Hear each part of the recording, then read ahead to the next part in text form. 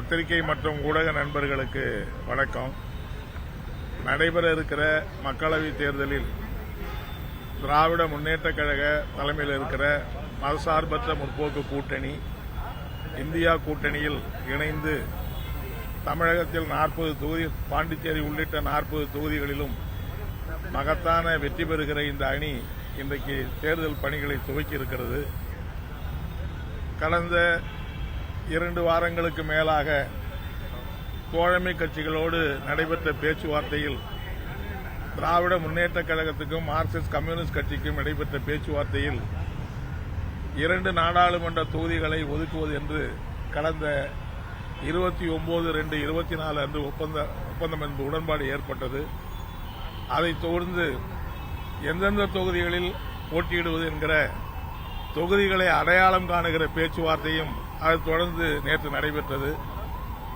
இறுதியாக இன்று காலை முதலமைச்சர் அவர்களும் மார்க்சிஸ்ட் கட்சியின் சார்பிலே நானும் கையெழுத்திட்டு ஒரு உடன்பாடு இன்றைக்கு ஏற்பட்டிருக்கிறது.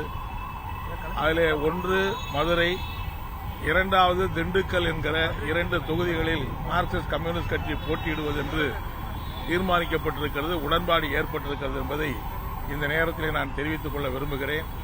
நிச்சயமாக இந்த 2 தொகுதிகளில் நாங்கள் வெற்றி பெறுவோம் என்பது மட்டுமல்ல, தமிழகம், பாண்டிச்சேரி உள்ளிட்ட 40 தொகுதிகளிலும் இந்த அணி மகத்தான வெற்றி பெறும் என்கிற நம்பிக்கையோடு மகிழ்ச்சியோடு இந்த உடன்பாட்டை செய்து கொண்டிருக்கிறோம் என்பதை நான் தெரிவித்துக் கொள்ள விரும்புகிறேன்.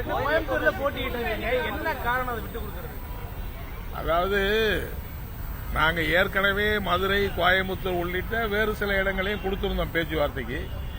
கடைசியா பேச்சுவார்த்தை வர்ற போது எங்களுடைய சிட்டிங் சீட்டை நாங்க விட்டு கொடுத்தோம், அவங்களுடைய சிட்டிங் சீட்டை எங்களுக்கு விட்டு கொடுத்திருக்காங்க. எனவே நாங்க எங்களுடைய சிட்டிங் சீட்டை கோயம்புத்தூர் விட்டுருக்கோம், அவங்க சிட்டிங் சீட்டை மதுரை எங்களுக்கு விட்டுருக்காங்க. இது ஒரு திண்டுக்கல் எங்களுக்கு விட்டுருக்காங்க.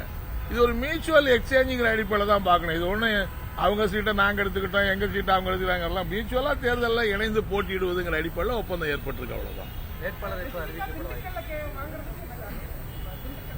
இல்ல எங்களுக்கு ஓரளவு இந்த அணி பலமா இருக்கிற சீட்டுன்னு பாக்குற போது எல்லாமே இதுதான். 40லயும் நாங்க வெற்றி பெற போறோங்கிறது உண்மைதான். திண்டுக்கல்ல கடந்த கால சிலங்கள்ல போட்டியிட்டு வெற்றி பெற்றிருக்கிற அந்த இடம் இருக்கிறதுனால அது அவங்க பேச்சுவார்த்தையில சுமூகமான உடன்பாடு ஏற்பட்டது. சிட்டிங் சீட்டு நாங்க சிட்டிங் சீட்டை விட்டுட்டோம், அவங்க ஸ்டாண்டிங் சீட்டை கொடுத்தாங்கலாம் பிரச்சனை கிடையாது. நாங்க எங்க சீட், அவங்க சீட்டை எங்ககிட்ட கொடுத்தாங்க, நாங்க அவங்க எங்க சீட்டை கொடுத்திருக்கோம், அவ்வளவுதான். ஆகவே அரசை விமர்சிக்கக்கூடியதுல பல்வேறு கருத்துக்கள் தெரிவிக்கிறாங்க. அரசு அதுல குஷ்பு சொல்றாங்க, அரசு 1000 ரூபாய் பிச்சை எடுக்கிற காசு அப்படின்னு சொல்லி கேட்கிறாங்க. அதாவது குஷ்பு சொல்றதுக்கெல்லாம் நான் பதில் சொல்ல வேண்டிய நிலைமை எங்களுக்கு இல்லை. குஷ்பு எல்லாம் என்ன அரசியல்வாதி என்னங்கறத நம்ம பார்த்திருக்கிறோம். அவங்க எத்தனை வேணாம், இன்னும் கடைசியா மாறாத கட்சி எந்த கட்சி இருக்குன்னு தெரியல. அதெல்லாம் அவங்க சொல்றதெல்லாம் நான் விமர்சிக்க, அதுக்கு பதில் சொல்லலாம் நான் விரும்பல.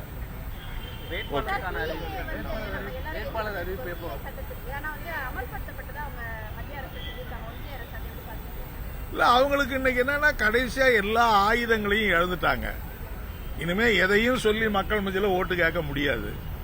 கடைசி நேரத்தில் ராமர் கோயிலை கட்டணும்னு சொன்னாங்க, அதுவும் ஒன்றும் பெருசா பலன் அளிக்கல. ஆகவே இப்போ சிஐஏ என்கிற சட்டத்தை பயன்படுத்தி மக்களை மத அடிப்படையில் பிரிச்சு மோதலை உண்டாக்கி வெற்றி பெறணும்னு நினைக்கிறாங்க. அது மட்டும் இல்ல, இந்த எலக்டோரல் பாண்டுல அவங்க முழுக்க அம்மனமாகி, நீதிமன்றம் அவங்கள முழுக்க அம்மனமாக்கி இருக்கு. அதுல இருந்து ஏற்படக்கூடிய பிரச்சனையை திசை திருப்பறதுக்கு இதை பயன்படுத்தும் நினைக்கிறாங்க. அவ்வளவு.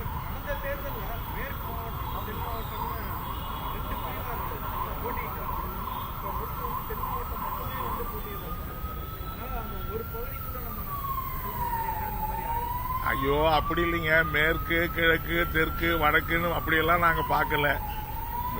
காலங்காலமா நாங்க 2 இடங்கள்ல போட்டிட்டு இருக்கோம். ஏற்கனவே இதே திண்டுக்கல்ல நாங்க பாராளுமன்றத்தில் போட்டிட்டு இருக்கிறோம் சில ஆண்டுகளுக்கு முன்னாடி. அதனால எந்த தொகுதியில போட்டியிட்டாலும் அது வடக்கா தெற்கா அப்படிலாம் நாங்க பார்க்கல. 2 பேச்சுவார்த்தையில பல கட்சிகளோடு தொகுதிகளை பங்கிட வேண்டிய அவசியம் இருக்கு. அந்த அடிப்படையில் நாங்க பேசிருக்கோம். அவ்வளவுதான். நன்றி, வணக்கம்.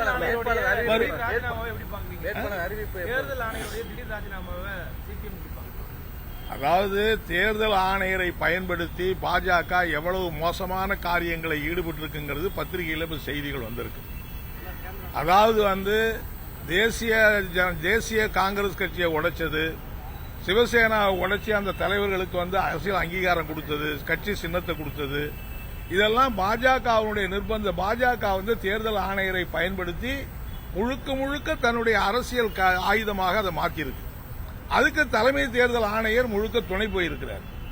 அதை எதிர்த்து விமர்சிக்கிற முறையில தான் இன்னைக்கு வந்து அவர் வந்து உடனடியா இவ்வளவு மோசமா போயிருக்கு தேர்தல் கமிஷன். அதாவது இவ்வளவு வரலாற்றிலேயே தேர்தல் கமிஷன் தன்னுடைய நாணயத்தை இழந்து விட்டதுங்கிற அடிப்படையில் தான் அவர் வந்து ராஜினாமா பண்ணியிருக்கார். ஆகவே இது வந்து தேர்தல் கமிஷன் மட்டுமில்ல, தேர்தல் கமிஷனை தன்னுடைய பகடைக்காயாக பாஜக பயன்படுத்திய விளைவு இன்னைக்கு அவர் வந்து ராஜினாமா பண்ணியிருக்கார். அதான் வெளியில் வந்திருக்க செய்தி. நன்றி.